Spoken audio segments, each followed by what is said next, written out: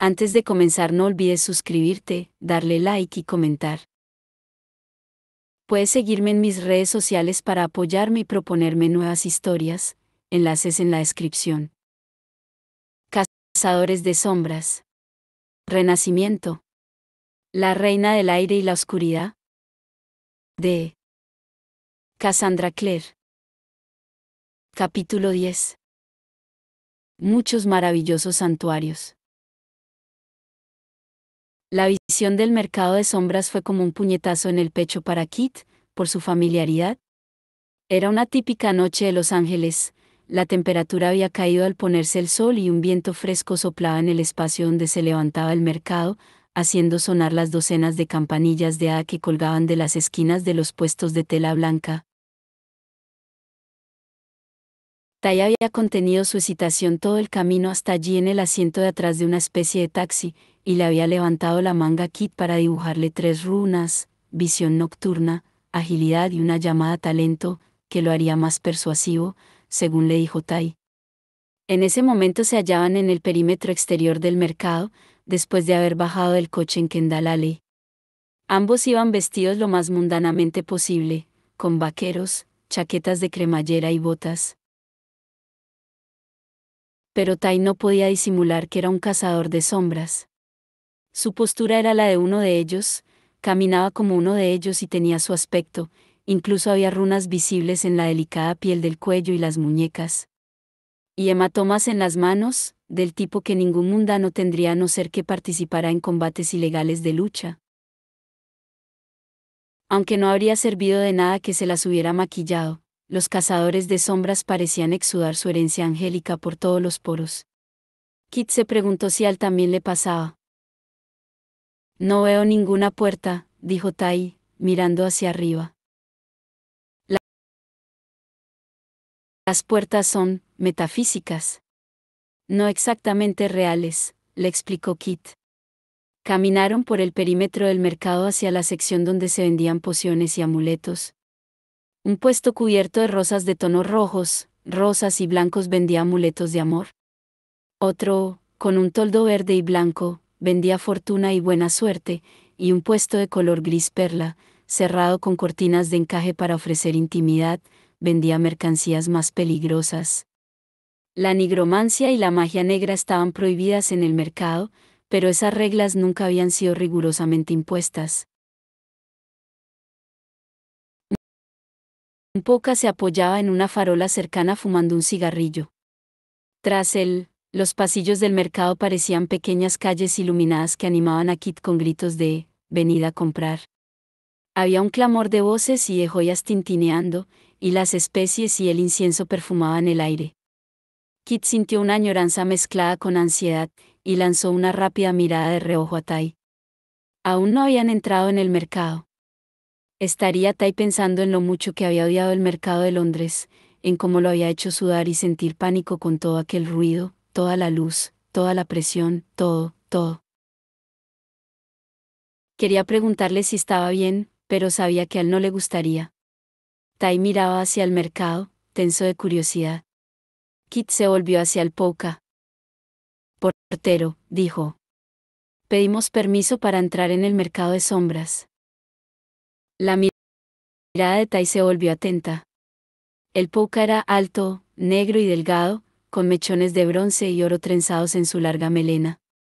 Llevaba unos pantalones lilas sin zapatos. La farola contra la que se apoyaba estaba entre 2 puestos, barrando sutilmente la entrada al mercado. «Kit Rock», dijo el Pouka. «Qué honor es que aún me reconozca uno que nos dejó para vivir entre los ángeles». «Te conoce», masculló Tai. «Todo el mundo me conoce en el mercado de sombras», repuso Kit, esperando impresionar a Tai. El Pouka apagó su cigarrillo, que soltó un asqueroso olor a hierbas requemadas. «Contraseña». «No voy a decir eso», replicó Kit. «¿Crees que es muy divertido intentar que la gente diga eso?» «¿Decir qué?», preguntó Tai. «¿Cuál es la contraseña?» El Pouka sonrió. «Espera aquí, Kit Rock», dijo, y se perdió entre las sombras del mercado. Va a buscar a Ale, explicó Kit, intentando ocultar los nervios. ¿Pueden vernos? Preguntó Tai. Estaba mirando hacia el mercado de sombras, donde grupos de subterráneos, brujas y otros miembros del inframundo paseaban entre el clamor. Aquí fuera. Era como estar en la oscuridad, fuera de una habitación muy iluminada, pensó Kit. Y aunque Tai quizá no lo pudiera expresar así, Kit sospechaba que sentía lo mismo. Si pueden, nunca lo han demostrado, contestó. Tai se volvió hacia él de repente. Su mirada se deslizó sobre la oreja de Kit sin llegar a encontrarle los ojos. Watson. Kit Rock y Tai Blackthorn, soltó una voz desde las sombras. Era Barney de Sale, el director del mercado. La verdad es que supongo que no sois realmente Kit Rock y Tai Blackthorn, porque ellos nunca serían tan estúpidos para presentarse aquí. Eso parece un cumplido, dijo Tai, sinceramente sorprendido. Claro, tal vez no seamos nosotros, contestó Kit. Quizá alguien se equivocó en todos los ingredientes de la pizza que has pedido. Ale frunció el ceño, un poco picado. No había cambiado nada, bajo, con escamas en la piel y pupilas de serpiente. Llevaba un traje de raya diplomática, que Kit supuso que tendrían que haber arreglado mucho para que le cupiera. El Puka había regresado con Ale. En silencio, se volvió a apoyar en la farola, y sus ojos brillaron tenebrosos. Demuéstrame que eres Kit Rock, exigió Ale. ¿Cuál es la contraseña? No voy a decir eso. Nunca lo voy a decir, contestó Kit. ¿Cuál es? Preguntó Tai. Déjanos pasar y ya está, dijo Kit. No queremos líos. Ale lanzó una seca carcajada. ¿No queréis líos? ¿Vosotros dos? Me tomas el pelo. ¿Sabéis el caos que causasteis en Londres? Destrozasteis propiedades, atacasteis a vendedores, y tú, señaló a Tai, destruiste muchísima mercancía feérica. Os odio a los dos. Largaos. Escúchame un momento, insistió Kit. ¿Recuerdas cuando aquella quemó la mitad del mercado y al año siguiente le permitiste volver porque tenía un montón de cosas muy especiales? ¿Recuerdas el licántropo y la llama, y cómo acabó eso? Y no le prohibieron la entrada porque podía conseguir Jim Fen. ¿A dónde quieres ir a parar? Preguntó Ale con un suspiro. Dios, ojalá tuviera un cigarro. He tenido que dejarlos. El espíritu del mercado es sencillo, respondió Kit. Todo está bien mientras haya ganancias. ¿Verdad? Claro, contestó Ale. Y por eso tolerábamos a Johnny Rock. Y te tolerábamos a ti porque los cazadores de sombras aún no te habían encontrado. Pero ahora ya lo han hecho, y todo eso de ir de aquí para allá hasta que descubras quién eres realmente. ¿Qué se supone que quiere decir eso? Preguntó Tai. El viento había arreciado y le agitaba el cabello como si fueran serpentinas. Nada es gratis, respondió Ale, con la brusquedad de un hombre que ha hablado demasiado y que está ansioso por encender el cigarrillo que no puede fumar. Además, vuestro dinero no vale aquí, Rook. Movió la mano señalando a Tai. Podría conseguirte algo a cambio de tu delgado amigo en los círculos adecuados, pero no demasiado. Teóricamente, ¿cuánto? Preguntó Tai, interesado. Ale lo miró desdeñoso. No tan buen precio como el que podría conseguir por Emma Carstairs. E incluso más solo por su cabeza. Tai palideció. Kit lo notó. Tai recordó que el mercado era, en realidad, un lugar realmente peligroso. Que todo eso era realmente peligroso. Kit notó que la situación se le estaba escapando de las manos. Nada de cabezas. Mira, mi padre no confiaba en nadie, Ale. Ya lo sabes. Escondió sus objetos más valiosos por todos Los Ángeles, enterrados en sitios en los que creía que nadie los encontraría nunca. Te escucho, dijo Ale. Kit sabía que esa era la parte más peliaguda. Hay uno aquí mismo, en el mercado de sombras. Una copia de los pergaminos rojos de la magia, con rubíes incrustados. El Pouka lanzó un largo y grave silbido. No solo te la daré a ti, sino que te la daré gratis, continuó Kit. Lo único que tienes que hacer es volver a dejarnos entrar en el mercado. Libre intercambio. Ale menó la cabeza con lástima. Ahora sí que me gustaría fumarme un cigarro, para celebrarlo, respondió. Eso ya lo hemos encontrado, niño estúpido. Excavamos en el puesto de tu padre después de que lo mataran los Mantid. Se volvió, luego se detuvo, y miró hacia atrás por encima del hombro.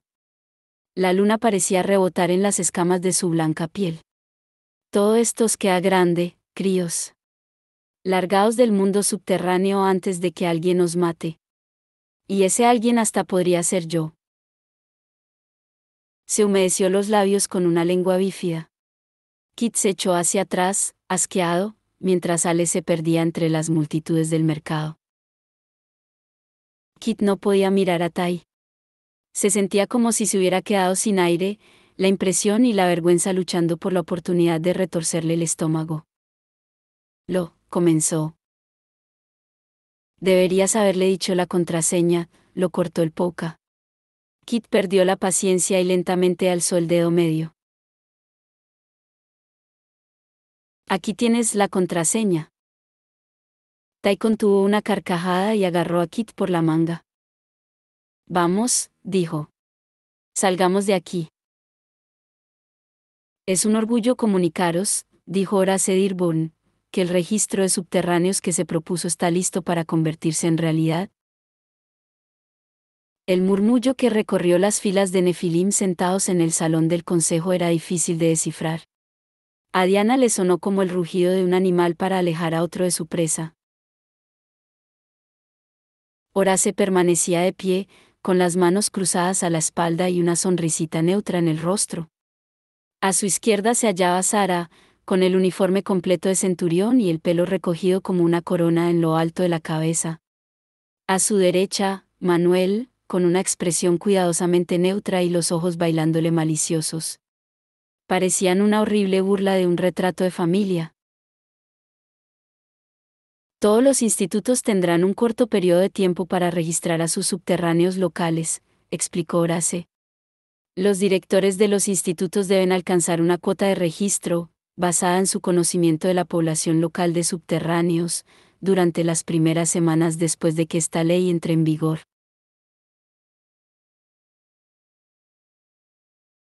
Diana dejó que las palabras le llegaran en oleadas de horror. No pudo evitar mirar a Gia, que ocupaba una alta silla de madera en el extremo del estrado. Su rostro era una máscara tensa, y Diana se preguntó si eso era aún más severo de lo que se había esperado que propusiera Horace. ¿Y si los subterráneos se niegan? Preguntó alguien entre los asistentes. Entonces, se les negará la protección que reciben bajo los acuerdos, contestó Sara, y Diana se quedó helada. No tener la protección de los acuerdos significaba que un cazador de sombras podía matar a un subterráneo en medio de la calle sin ningún motivo y ese acto no le acarrearía ninguna consecuencia. Comprendemos que esto será un gran peso de trabajo para los institutos, pero es importante que todo el mundo coopere, por el bien de todos los cazadores de sombras. A cada subterráneo registrado se le dará un número, continuó Horace. Si un cazador de sombras para un subterráneo por cualquier razón, le preguntará este número. El murmullo en la sala sin duda era de mayor preocupación. Pensad en ello como una especie de carnet de identificación, dijo Manuel. La seguridad y la responsabilidad son nuestras principales preocupaciones. Quiero ir a la cónsul, gritó Carmen Rosales Delgado, directora del Instituto de Ciudad de México. Era la madre de Cristina y se parecía mucho a su hija. Horace pareció molestarse, técnicamente, como alguien que proponía una nueva ley, tenía el derecho de hablar durante unos minutos determinados sin que nadie lo interrumpiera, A Diana le pareció que ya llevaba hablando varios años.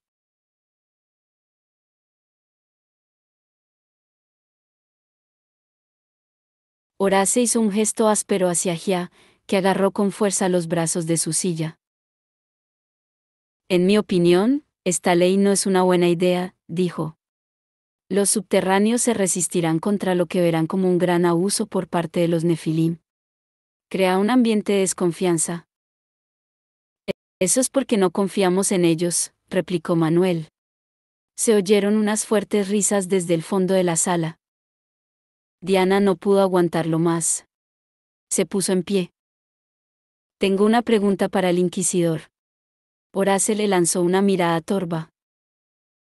Más tarde habrá tiempo para las preguntas y los comentarios, Diana. A ella no le gustó el énfasis que ponía en su nombre. Como si lo encontrara desagradable.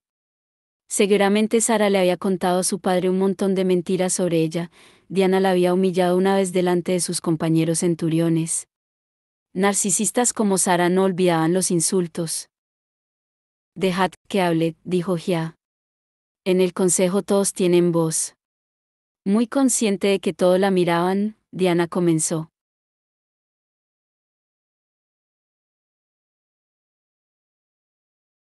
Esto puede parecer una pequeña acción, pero no les va a parecer pequeña a los subterráneos. Habrá repercusiones. Incluso si el registro es temporal, siempre se encontrarán razones para continuarlo. Es difícil desmantelar ese tipo de estructura una vez se ha implantado. Podríamos enfrentarnos a una situación en la que los subterráneos insistieran en que los cazadores de sombras también se registraran, para establecer una paridad. ¿Estáis preparados para que los Nefilim tengan que llevar sus papeles a todas partes consigo? Eso tuvo el efecto deseado. El consejo estalló en un zumbido molesto. No. Nunca. Soltó Dearborn. Entonces, en la práctica, lo que esta ley hace es situar a los subterráneos como una subclase, dijo Diana. Tendremos derechos que ellos no. Pensadlo bien. ¿Y por qué te molesta tanto esa idea, Diana Braibul? Preguntó Manuel con su voz suave y encantadora. Los ojos le brillaban como canicas. ¿Hay algún subterráneo, quizá, al que tengas gran afecto y que te preocupa que resulte afectado? Muchos cazadores de sombras comparten afecto con muchos subterráneos, respondió Diana con calma. No puedes separarnos de un grupo de seres humanos con los que tenemos más en común que con los mundanos. Diana sabía la respuesta a eso: los mundanos no nos asustan. Son los subterráneos a los que tememos, y buscamos controlar lo que nos causa miedo. Pero era dudoso que Horace reconociera tal cosa. La miró con un claro desprecio mientras ella se sentaba. Sin duda es un asunto muy complejo, dijo Gia, poniéndose en pie. Sugiero que retrasemos esta votación hasta la semana que viene, cuando el Consejo haya tenido tiempo de apreciar todas sus ramificaciones y consecuencias. Horace dirigió su mirada de odio hacia ella, pero no dijo nada. En el Consejo se oyó un murmullo de alivio. Horace Dearborn sabía que no debía intervenir en contra de la opinión más popular durante una votación. Se quedó en el estrado mientras concluía la reunión, con sus seguidores rodeándolo en una espesa masa de gente.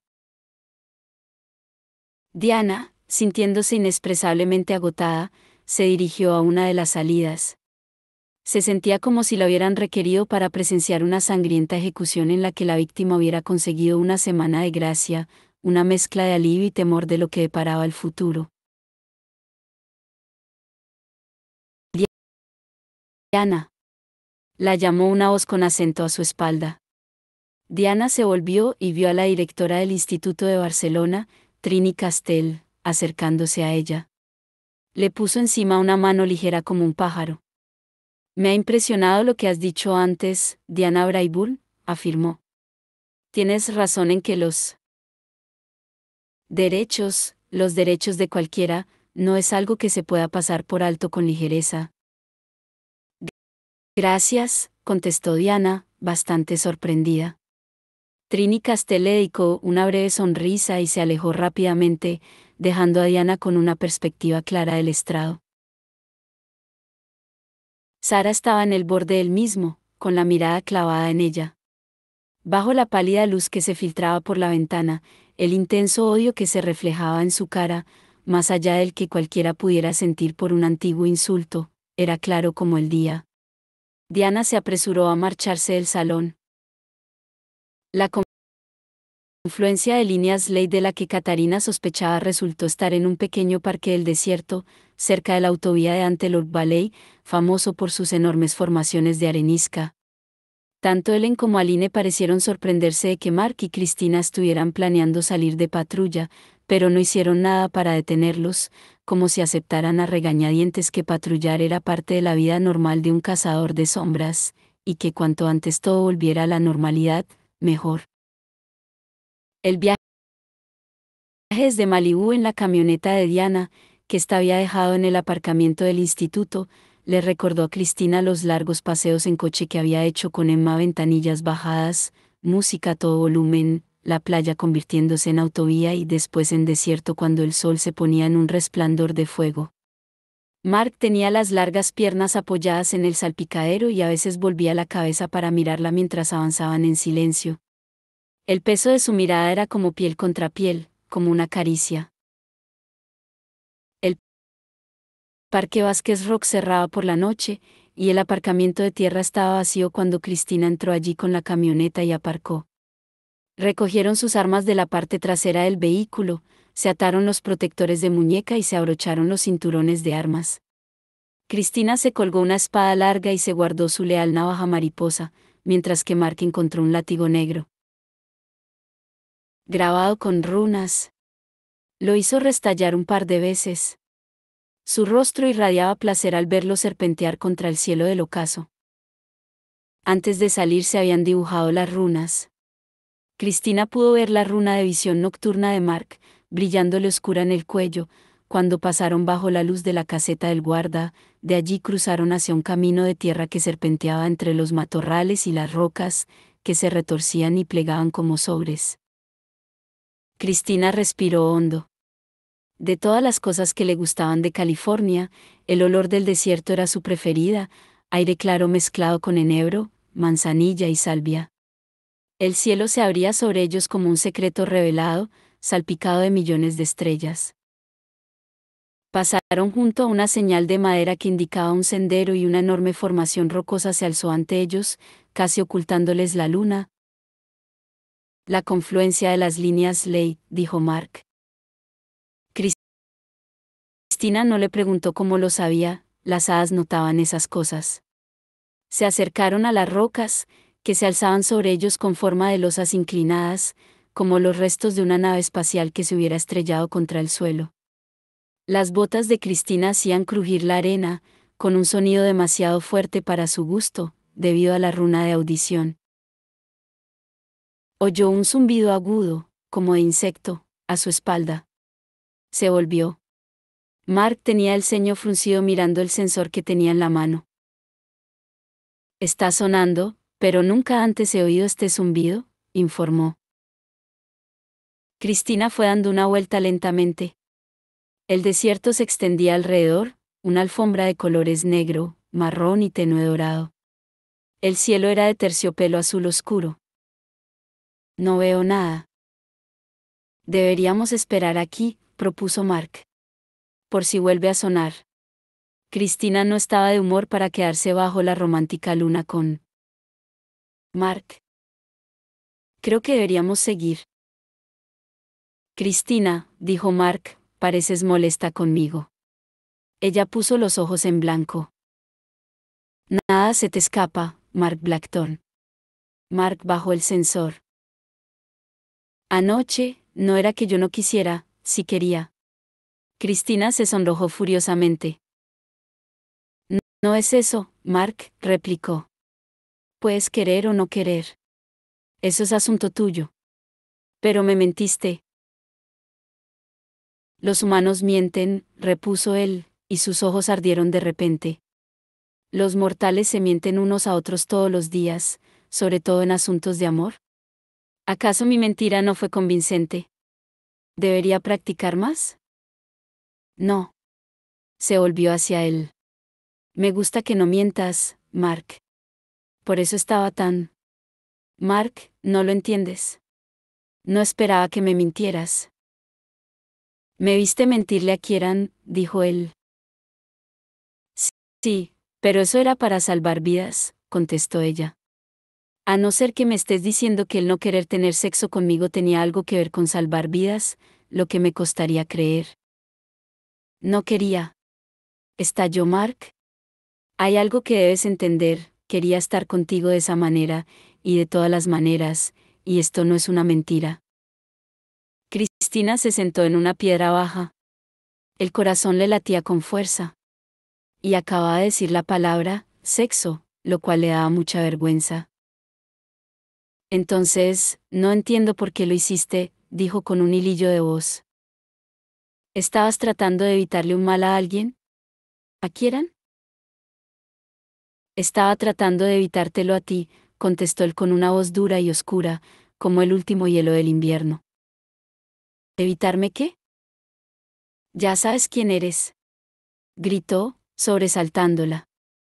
Ella lo miró sin entenderle, porque no era una desconocida, ni para él ni para nadie.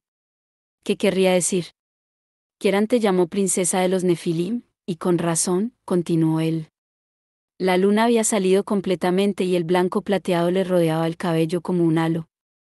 También le iluminaba los ojos, muy abiertos, dorado, azul y cargados de dolor.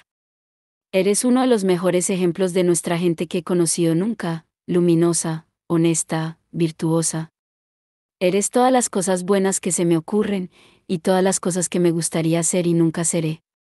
No quiero que hagas nada de lo que después te vayas a arrepentir. No quiero que luego te des cuenta de lo mucho que has bajado el listón yendo a por mí. Mark se levantó de un salto y fue hacia él. Oyó el golpe de algo contra el suelo, y abrazó a Mark con fuerza. Por un instante, él permaneció tenso y frío. Luego se relajó y le devolvió el abrazo, rozándole con los labios la mejilla y los suaves rizos que se le habían escapado de la trenza. Cristina, susurró. Ella se apartó lo suficiente para acariciarle el rostro, resiguiéndole la línea de los pómulos con los dedos. Su piel tenía esa suavidad imposible de las hadas que era el resultado de nunca haber tenido que encontrarse con una cuchilla de afeitar.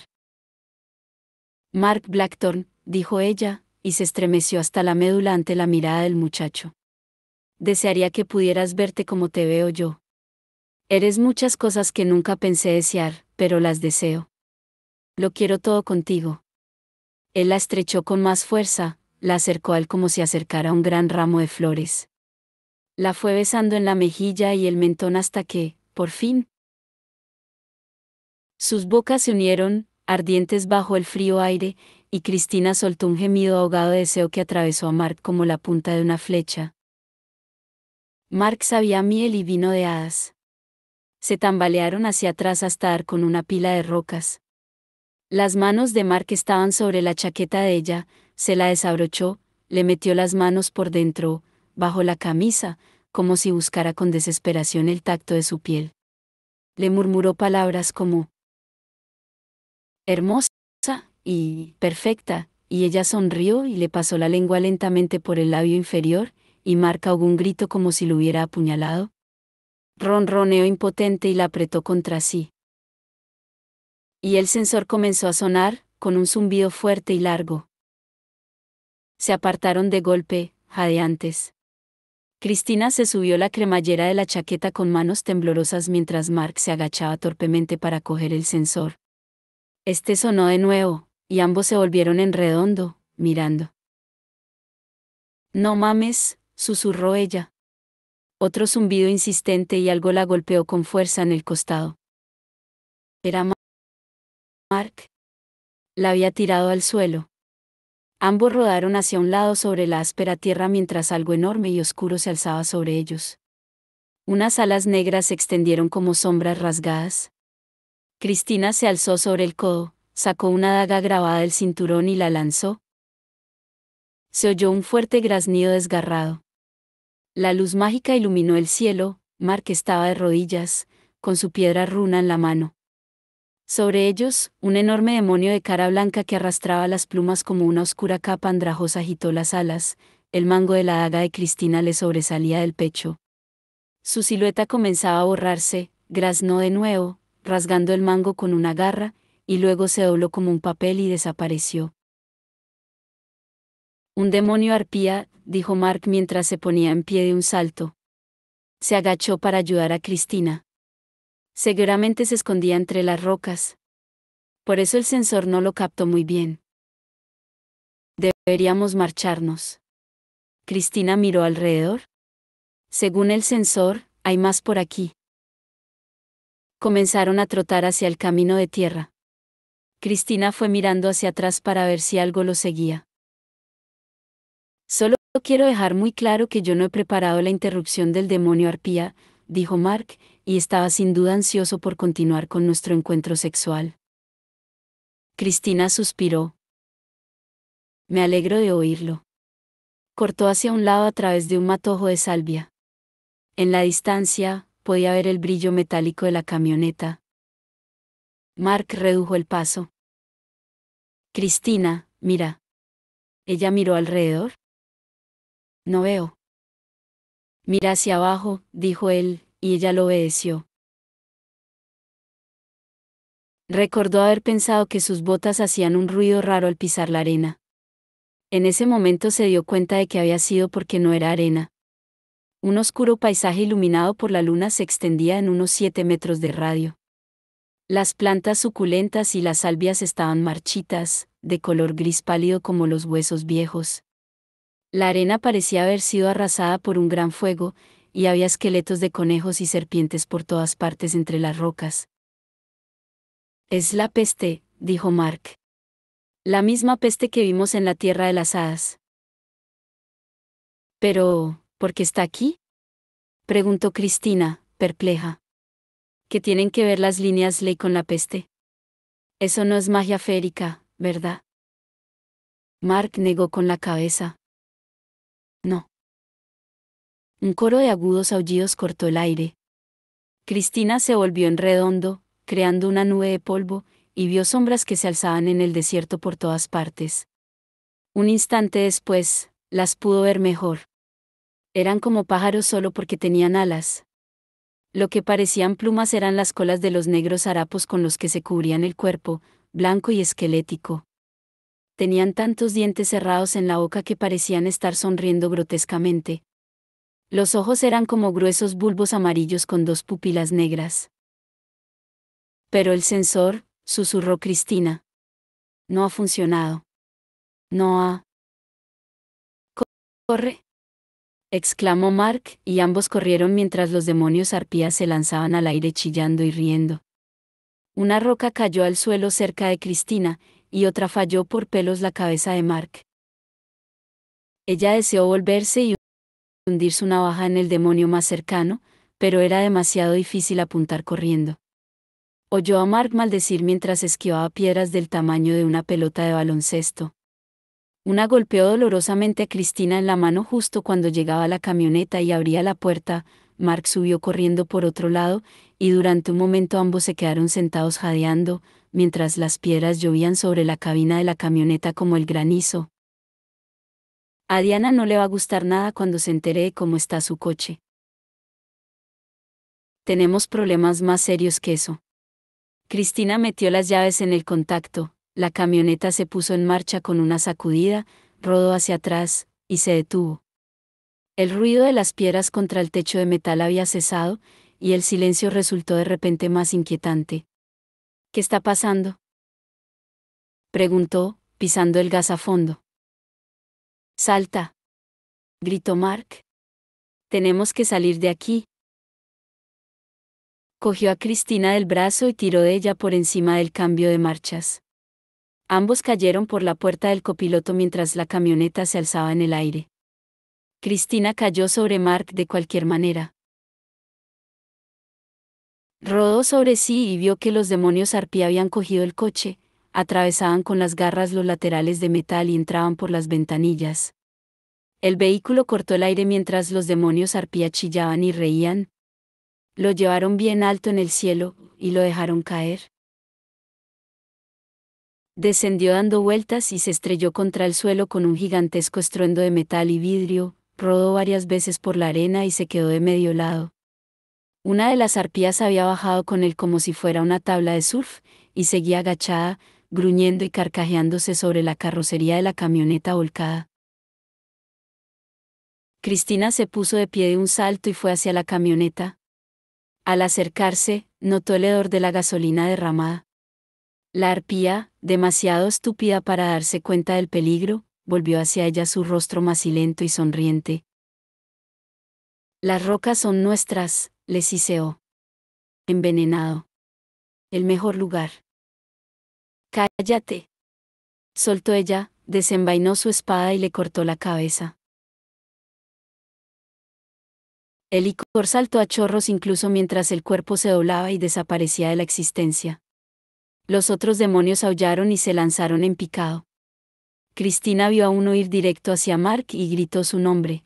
Este saltó sobre una roca e hizo restallar el látigo. El licor dibujó una brillante raja en el pecho de la arpía, que se estrelló contra la arena entre graznidos, pero otra de ellas ya estaba de camino. Mark le enrolló el látigo en el cuello y tiró con fuerza estrellándole la cabeza contra las piedras. Algo golpeó a Cristina en la espalda y gritó cuando los pies se le alzaron del suelo. Una arpía le había clavado las garras en la parte de atrás de la chaqueta y la estaba elevando en el aire. Cristina pensó en las historias sobre cómo las águilas se alzaban muy arriba en el cielo con sus presas y luego las soltaban para que se estrellaran contra el suelo. La tierra ya parecía estar alejándose de ella a una espantosa velocidad. Con un grito de miedo y rabia, lanzó un tajo hacia arriba con la espada, y le cortó a la arpía la garra por la articulación. El demonio gritó y Cristina cayó por el aire. Soltó la espada y agitó los brazos buscando a lo que agarrarse para frenar su caída. Algo la cogió en el aire. Ahogó un grito cuando una mano la cogió del codo y la alzó de lado para acabar dejándola sobre algo cálido y vivo, un caballo volador. Tragó aire y trató de agarrarse, hundiendo la mano en la crin de la criatura mientras ésta descendía velozmente. Cristina. Estate quieta. Era Kieran el que gritaba. El príncipe Ada estaba a su espalda, rodeándole la cintura con un brazo para sujetarla contra sí. Lo que le pareció una descarga eléctrica la recorrió. Kieran tenía una mirada salvaje y el cabello de un profundo azul, casi negro. Cristina se dio cuenta, de repente, de que el caballo era Whispear, mientras éste se colaba entre las arpías hacia Mark. Kieran, cuidado, gritó Cristina cuando los demonios arpía volvieron su atención hacia Whispear, sus ojos amarillos y saltones brillaban como linternas. Kieran abrió los brazos, y Cristina notó una potente descarga eléctrica recorrerla de nuevo. Un fuego blanco destelló y los demonios arpía retrocedieron mientras Whispear tomaba tierra suavemente frente a Mark. Mark. Conmigo. Gritó Kieran. Mark lo miró y sonrió, una sonrisa de cazador, de batalla, mostrando todos los dientes. Decapitó a la arpía que lo acechaba con un tirón del látigo. Salpicado de sangre de icor, Mark saltó sobre el caballo detrás de Kieran y rodeó a este con los brazos. Whispear se lanzó hacia el aire y las arpías lo siguieron, con las bocas abiertas, mostrando hileras de afilados dientes. Kieran gritó algo en un idioma férico que Cristina desconocía, y Whispear se inclinó en un ángulo que parecía imposible.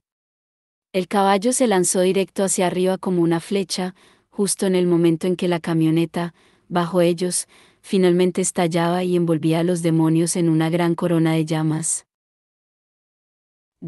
Diana se va a enfadar muchísimo por su camioneta, pensó Cristina, y se dejó caer sobre la crin de Whispear mientras el caballo Ada dibujaba un círculo bajo las nubes y salía volando hacia el océano. Kit nunca había estado en el tejado del Instituto de Los Ángeles. Tenía que admitir que la vista era mucho mejor que desde el del Instituto de Londres, a no ser que te encantaran los rascacielos. Ahí se podía ver el desierto, extendiéndose tras la casa hasta llegar a las lejanas montañas. Las cimas estaban iluminadas por la luz reflejada desde la ciudad que había al otro lado de la sierra, los valles estaban sumidos en una profunda oscuridad. El cielo brillaba cargado de estrellas. Frente a la casa estaba el océano, con su terrible y magnífica inmensidad.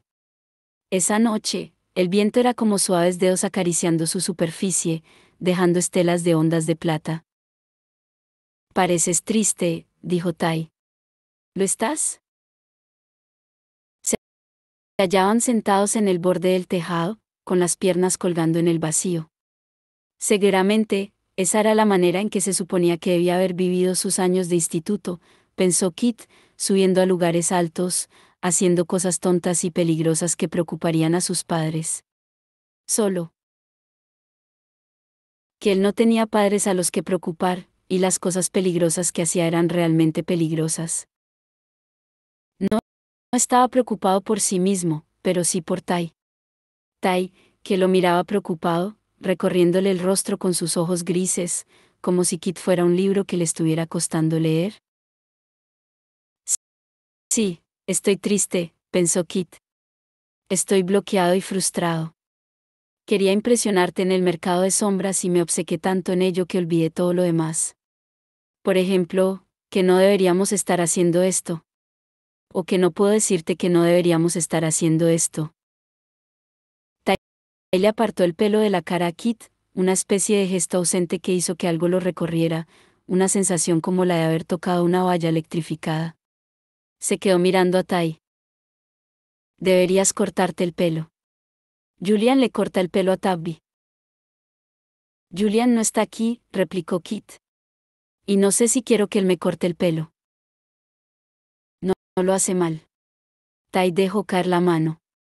Has dicho que tu padre tenía cosas ocultas por todos los ángeles. ¿Hay algo que pudiera ayudarnos? Tu padre. Como si Julian fuera el padre de Tai.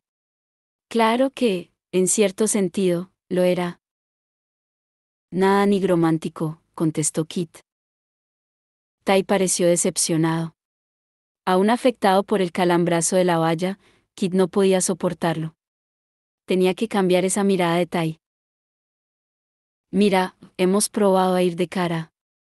Ahora tendremos que probar al modo de los tramposos. No acabo de entender a los tramposos, comentó Tai. He leído libros sobre ellos, pero no entiendo cómo la gente se deja engañar así. La mirada de Kit cayó sobre el colgante dorado que le rodeaba el cuello a Tai. Aún tenía sangre. Parecían puntos de óxido. No se trata de que la gente crea lo que tú quieres que crean. Se trata de dejarles creer lo que quieren creer. De darles lo que creen que necesitan. Tai alzó los ojos. Aunque no se encontraron con los de Kit, pudo ver en ellos una expresión de incipiente comprensión. Lo ha captado, pensó Kit, con una mezcla de alivio y aprensión. Tai se puso en pie. Tengo que enviar un mensaje de fuego a Ipatiabex, dijo. Eso no era en absoluto lo que Kit había pensado que diría. ¿Por qué? Ya ha dicho que no nos va a ayudar. Cierto. Pero Sombra dice que siempre ha querido dirigir el mercado de sombras. Tai sonrió de medio lado, y por un momento, a pesar de la diferencia en el color del pelo, pareció Julian. Es lo que necesita. El cielo era la carretera y las estrellas marcaban senderos, la luna era una torre de vigía, un faro que guiaba a casa.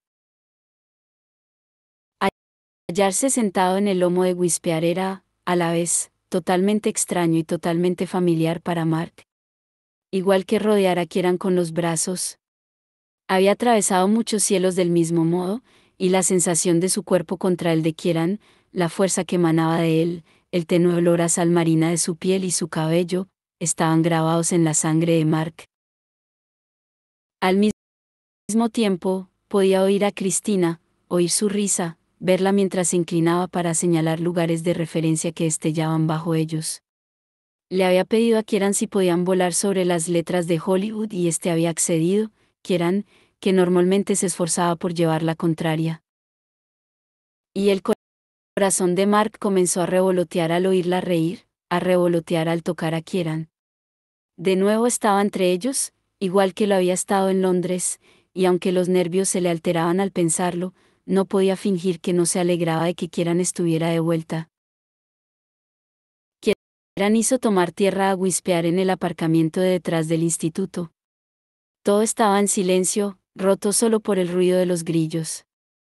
Resultaba difícil creer que 10 minutos antes habían estado enzarzados en una pelea a vida o muerte con demonios arpía. ¿Estás bien?, le preguntó Cristina, ceñuda, mientras bajaba del caballo. No lo pareces. Sobresaltado, Mark se dio cuenta de que Cristina estaba hablando con Kieran. Y de que tenía razón. Kieran había llegado al Parque Vázquez Rocks casi restallando de energía. Era una especie de magia salvaje y maravillosa que Mark asociaba con la familia real, pero que nunca había visto emplear a Kieran. Pero la energía parecía haberlo abandonado, se apoyaba sobre el costado de Whispear, jadeando. Tenía sangre en las manos y en el cuello de la camisa, su rostro había perdido el color. Mark se acercó, vacilante.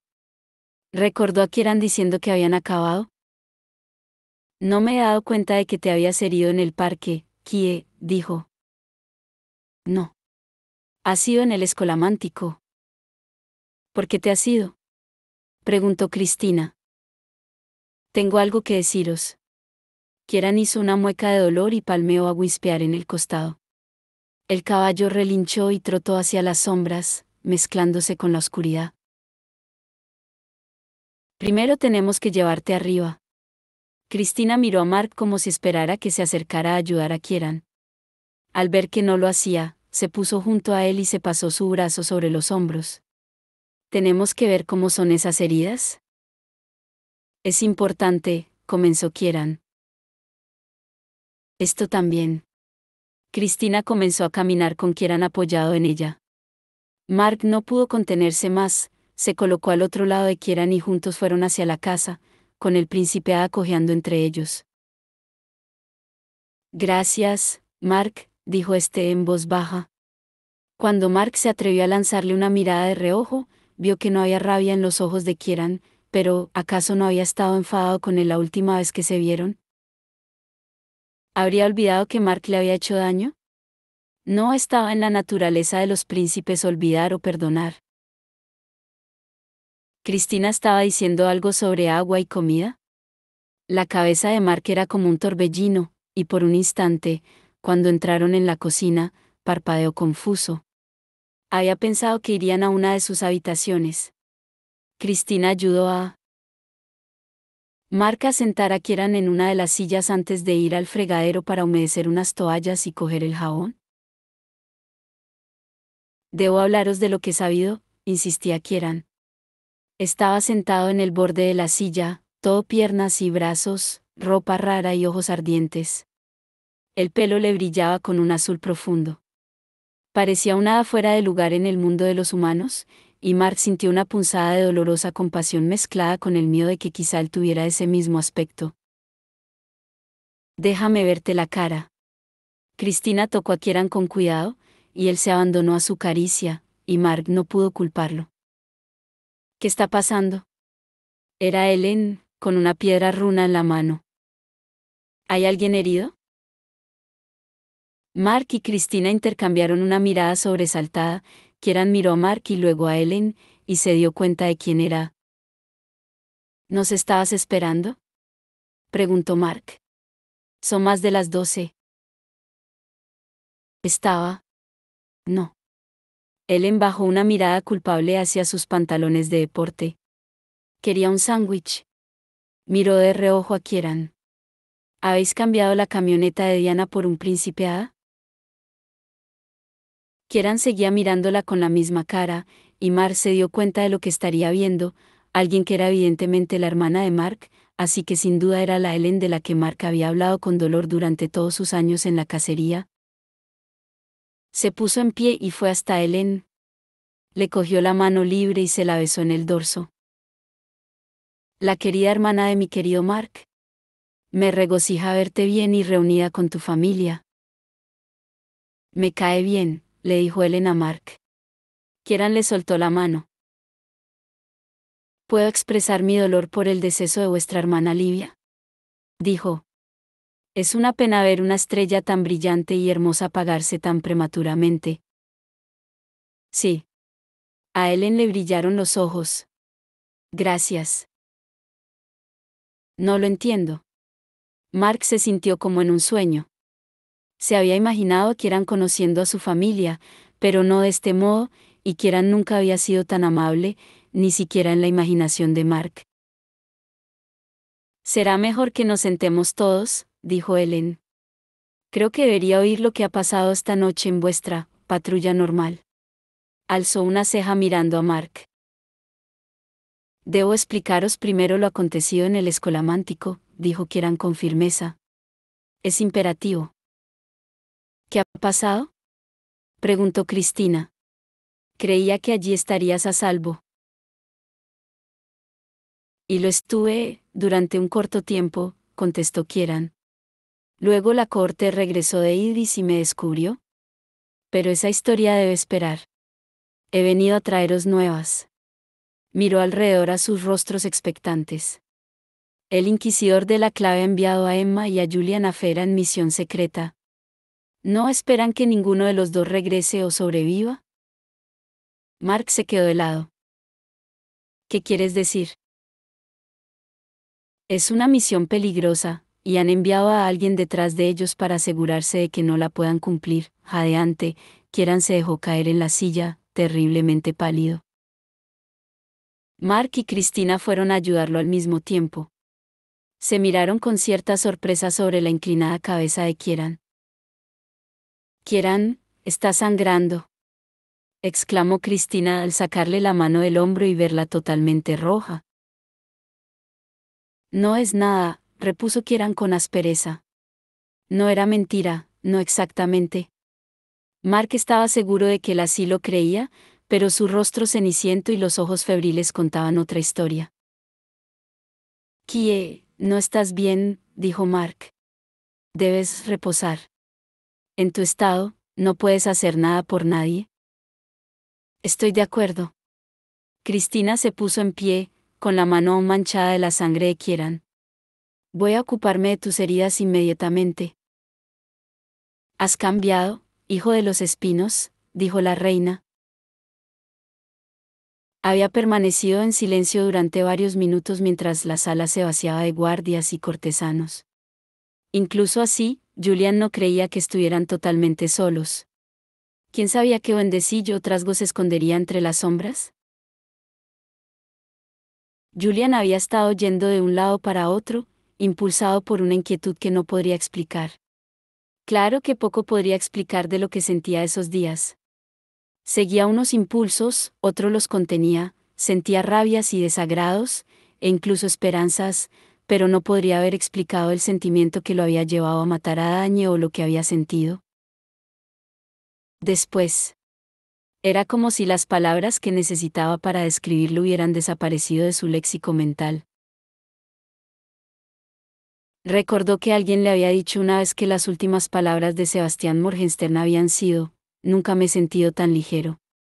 Él también se sentía ligero, después de dejar el peso del temor y el ansia constantes, que ya ni notaba de tanto que se había acostumbrado a cargar con ellos. Pero aún así, en su interior, la frase de Sebastián lo dejaba helado. Era malo sentirse ligero. En ese momento notó su impaciencia, y la seguridad, aunque distante, de que estaba jugando con fuego. Pero esa seguridad no iba acompañada ni de miedo ni de excitación. Era distante. Clínica. Estamos solos, dijo la reina. Podríamos divertirnos. En ese momento, la miró. El trono había cambiado, y ella también. Parecía estar envuelta en los cojines de un diván, con el cabello color cobre extendido alrededor. Estaba radiante y hermosa, las líneas de su perfil jóvenes y saludables, los ojos brillantes. Los ojos de la reina son azules. Los de Emma son castaños. Pero eso no cambiaba lo que estaba viendo, Los ojos de la reina al mirarlo eran del color de las joyas ojo de tigre. Su vestido era de satén blanco, y mientras arqueaba lentamente una pierna, deslizando los dedos del pie por la pantorrilla de la otra, se le abrió por la raja y dejó visibles sus piernas hasta la cadera. «¿Esto es glamour?», dijo Julian. «Sé lo que hay debajo». Ella apoyó la mano en la barbilla. La mayoría de la gente no osaría hablarle así a la reina Seeli. La mayoría de la gente no tiene algo que la reina Seeli quiere, repuso Julian. Mirarla no le hacía sentir nada, era hermosa, pero no podría haberla deseado menos de haber sido una hermosa roca o un hermoso caso. Ella entornó los ojos y estos volvieron a ser azules. «Realmente eres indiferente», comentó. «Más parecido a una hada». «Soy mejor», replicó él. «De verdad». La reina se incorporó lentamente y su vestido de seda volvió a su sitio. «Hay un dicho entre mi gente sobre los mortales a los que traemos aquí, en la tierra de las hadas, como los mortales no sienten pena, tampoco pueden sentir alegría». «¿Y por qué?», preguntó Julian. Ella rió. ¿Te has preguntado alguna vez cómo atraemos a los mortales para que vivan entre las hadas y nos sirvan, hijo de los espinos? Escogemos a aquellos que han perdido algo y les prometemos lo que los humanos más desean, el fin de su dolor y sufrimiento. Pero no saben que una vez entran en nuestra tierra se hallan en una jaula y nunca más se sentirán felices. Se inclinó hacia adelante. «Estás en esa jaula, muchacho». A Julian lo recorrió un escalofrío.